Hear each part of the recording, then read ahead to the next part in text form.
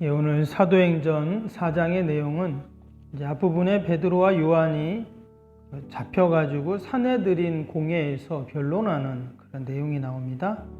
그리고 이로 인해서 이제 성도들이 기도하는 장면이 나오죠. 중간에 기도하는 내용이 나오고 또 베드로와 요한이 무죄로 판결이 돼서 풀려나게 되고 또 마지막 부분에는 당시 성령 충만했던 초대교회 모습을 이렇게 소개를 하고 있습니다. 사도행전은 각 장마다 말씀드린 것처럼 한국 세계 교회사에 아주 중요한 일들을 그렇게 기록을 하고 있습니다. 마가의 다락방에 성령이 임해서 교회가 시작된 내용, 그 다음에 또 이후로 교회가 시작되는 아주 중요한 폭발적으로 부흥하는 그 일이 성전 미문에 앉았던 나면서부터 걷지 못한 자가 치유받는 놀라운 또 기적이 있었죠. 또 그 이후로 지금 베드로와 요한이 사실 이게 사람을 고쳐주고 치유해주고 복음을 전하고 여러분 그러면 너무 귀한 일이고 좋은 일이고 감사한 일이잖아요. 그런데 희한한 것은 뭐냐면 오늘 2절을 다시 한번 보세요. 2절에 보니까 뭐라고 하냐면 예수 안에 죽은 자의 부활이 있다고 백성을 가르치고 전함을 싫어하여 그랬습니다. 여기 보니까 결국 복음을 전하는 것인데 복음을 전하는 것을 사람들이 싫어했다고 지금 그렇게 말을 합니다. 아니, 복음은 너무 좋은 거고 또 치유하고 고치고 이런 기적과 이적들이 일어나는데 근데 희한하게 사람들은 그것을 좋아할 것 같은데 싫어한다는 거예요. 우리가 여기서 알 수 있는 것은 바로 이것이 영적인 일이다 하는 것을 알 수가 있습니다. 여러분 어둠의 영들은 어떻습니까? 어둠의 영들은 본질적으로 이 복음을 싫어합니다. 그래서 지금 당연히 좋아할 일이고 기뻐할 일이고 축하할 일이고 감사할 일인데 지금 나면서부터 걷지 못한 자가 지금 걷게 됐잖아요. 이런 기적이 일어났는데 그래서 많은 사람들이 이제 주님께 돌아올 이제 그런 상황이잖아요. 이제 난리 났습니다. 사람들이 다 알잖아요. 그 나면서부터 걷지 못한 자를. 그래서 이게 어떻게 된 일이냐 그러면서 3장 뒷부분에 보면 사람들이 베드로를 솔로몬 행각이라는 곳에 데리고 와서 거기서 베드로가 설교를 하거든요. 많은 사람들이 복음을 듣습니다. 그러면 이제 수많은 사람들이 주님께 돌아오고 그럴 줄 알았어요. 그런데 지금 어떻게 된 거예요? 베드로와 요한이 지금 잡혔습니다. 지금 체포가 돼가지고 공회 앞에 가서 지금 재판을 받는 그런 상황이 되었다 하는 것입니다. 그래서 우리가 복음을 전할 때 좋은 일이 일어나고 기쁜 일이 일어나고 또 하나님의 역사가 일어나고 또 사람들이 회개하고 주님께 돌아오는 여러분 그러한 일이 있을 거다 우리는 기대하는데 당연히 하나님의 복음의 역사가 있습니다. 그러나 반면에 어둠의 영들은 어때요? 그것을 싫어한다라는 것입니다. 그래서 우리가 이거를 영적으로 바라보고 또 우리가 믿음으로 바라볼 때 여러분 이런 모든 어둠의 권세들을 우리가 넉넉히 이겨나갈 줄로 믿습니다. 어떤 분들은 도리어 내가 더 믿음으로 신앙으로 쓰려고 하니까 어려움이 생기네 이러면서 또 낙심하는 분들도 있어요. 그러나 우리는 도리어 더 그런 말씀으로 무장되고 믿음으로 견고하게 서서 이 어두운 세력들을 우리가 넉넉히 이겨나가야 할 줄로 믿습니다. 마태복음 5장에 보면 예수님께서는 5장 10절 12절에 이런 말씀이 있어요. 의를 위하여 박해를 받는 자는 복이 있나니 천국이 그들의 것임이라. 나로 말미암아 너희를 욕하고 박해하고 거짓으로 너희를 거슬려 모든 악한 말을 할 때에 너희에게 복이 있나니 기뻐하고 즐거워라. 하늘에서 너희의 상이 큼이라. 우리가 의를 위하여 주님을 위하여 또는 주님의 몸된 교회를 위하여 복음을 위하여 우리가 때로 어려움을 당하고 손해보고 그럴 때가 있어요. 그때 주님은 뭐라고 하시냐면 너희가 복이 있다 이렇게 말씀하십니다. 그리고 도리어 기뻐하고 즐거워하라 이런 말씀을 우리에게 하고 계십니다.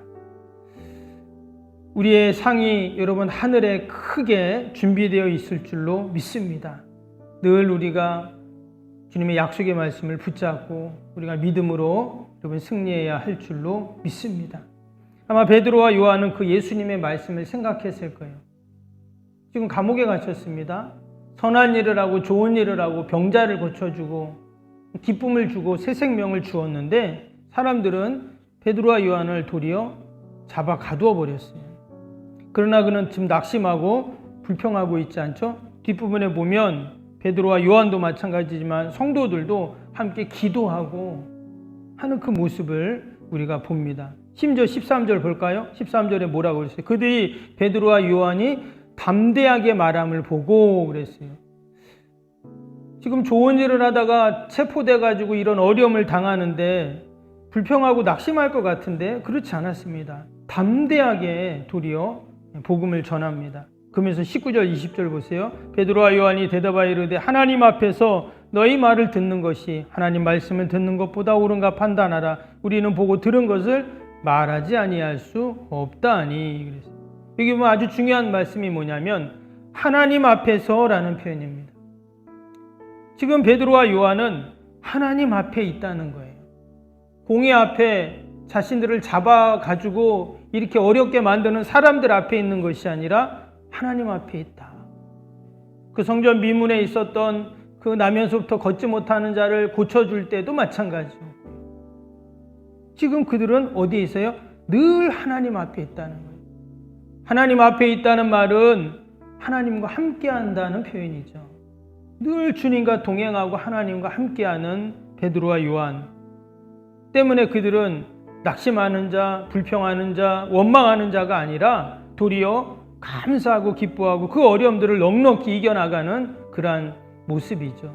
당시 사내들인 공예라는 것은 권력의 상징입니다. 어마어마한 권세와 부와 권력을 가지고 있던 그런 상징이었어요. 그런데 정말 그래서 이제 헤롯도 당시 로마 제국도 함부로 이 사내들인 공예를 건들지 못합니다. 그런데 지금 그들 앞에서 뭐라고요? 담대하대. 지금 베드로와 요한은 어떤 사람들입니까? 원래 갈릴리 어부들이잖아요. 진짜 그들은 아무것도 일장 무식입니다.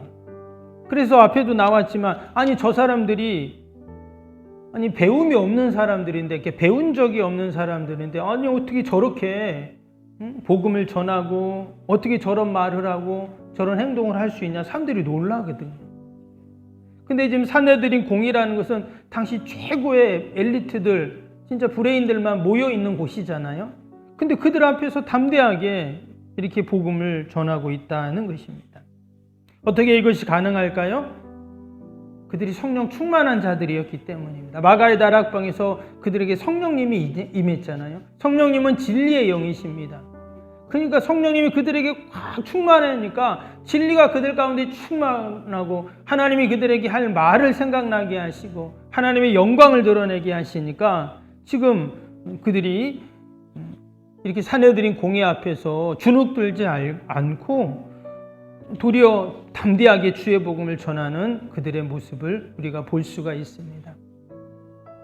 21절 볼까요? 21절 뭐라 그랬죠? 관리들이 백성들 때문에 그들을 어떻게 처벌할 방법을 찾지 못하고 다시 위협하여 놓아 주었으니 이는 모든 사람이 그 된 일을 보고 하나님께 영광을 돌립니다.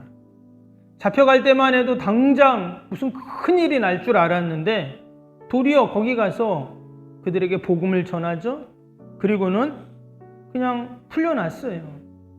그리고는 하나님께 영광을 돌리는 이 모습을 우리가 보게 됩니다. 지금 이 베드로와 요한의 모습은 성령 충만의 모습이에요. 즉 우리가 이 땅에 살아가면서 여러분 우리가 복음을 전하고 또 하나님의 뜻을 이루고 또 어둠의 영과 대적하고 우리가 늘 승리할 수 있는 그 모습 방법은 뭐냐? 여러분 결국 성령의 충만인 줄로 믿습니다. 늘 주님 말씀 붙잡고 주님께 복종하고 또 주님과 친밀한 교제를 이루면서 이런 우리가 살아갈 때 그 성령 충만의 은혜와 능력들이 날마다 우리의 삶을 통해서 나타날 줄로 믿습니다. 우리가 그러한 믿음과 소망을 갖고 우리 오늘 또 금요일 기도 함께 하겠습니다. 76번부터 90번까지 기도입니다. 금요일 기도 76번부터 90번. 새성전 건축을 통해 주님의 지상명령을 수행하게 하옵소서. 아멘. 복음의 능력으로 사람을 살리고 세우는 거룩한 공동체로 쓰임받게 하옵소서. 아멘. 선교 구제 봉사 섬김이 새로운 공간을 통해 역동적으로 펼쳐지게 하옵소서. 아멘. 사도행전을 꿈꾸고 이루는 위대한 교회로 세워지고 쓰임받게 하옵소서. 아멘. 성도들의 간절한 기도와 눈물의 헌신 든든히 서가는 교회가 되게 하옵소서. 아멘. 주의를 온전히 성수하며 온전한 11조와 헌금을 드리는 성도가 되게 하옵소서. 아멘. 교회 모든 일꾼들이 성령과 지혜와 믿음과 은혜가 충만하게 하옵소서. 아멘.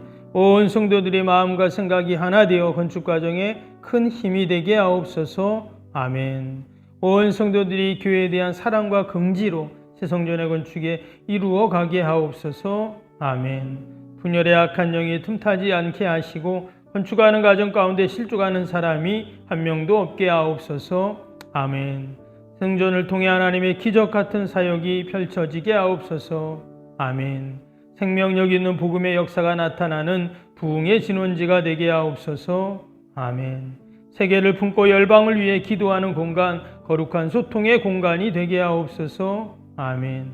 성도들의 벅찬 마음으로 새성전에 임할 하나님의 영광을 소망하게 하옵소서. 아멘. 하나님의 꿈과 비전이 아름답게 펼쳐지는 것을 다 함께 누리게 하옵소서. 아멘. 예수님의 이름으로 기도합니다. 아멘.